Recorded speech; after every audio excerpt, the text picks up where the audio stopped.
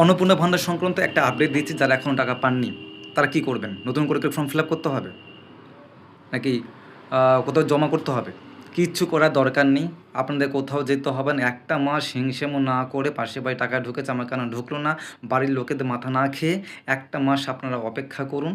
অপেক্ষা করলে আপনাদের আপডেট আপনারা পেয়ে যাবেন। যারা পঞ্চায়েত এলাকার বাসিন্দা রয়েছেন, পঞ্চায়েতের সমস্ত ডেটা যেখানে জমা করেছিলেন বা অনলাইনে করেছেন, বিশেষ করে পঞ্চায়েত এলাকার ক্ষেত্রে আমি বলছি, যতটুকু আমার ইনফরমেশন আমার কাছে এসেছে, প্রতিটা পঞ্চায়েতের ক্ষেত্রে হচ্ছে ডাটা এসেছে, মানে কার কার নাম অ্যাপ্রুভাল হয়েছে, কার কার নাম রিজেক্ট হয়েছে, প্রতিটা আপডেট পঞ্চায়েতের কাছে রয়েছে, সেটার কাছে লিস্ট রয়েছে।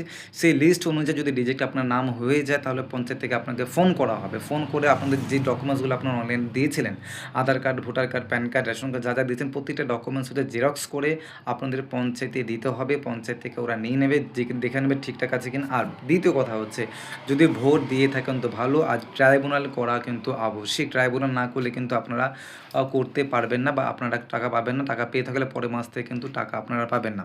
তাই এটাই বলার যে, বাড়ির লোকের নাম মাথা না খেয়ে একটা মাস আপনারা অপেক্ষা করবেন। অপেক্ষা করলে কিন্তু আপনাদের সামনের মাসে টাকা ঢুকে যাবে। আর টাকা ঢুকে গেলে আমিও শান্তি, বাড়ির লোকগুলো শান্তি। কী যে শান্তি পাবো ধারণার বাইরে।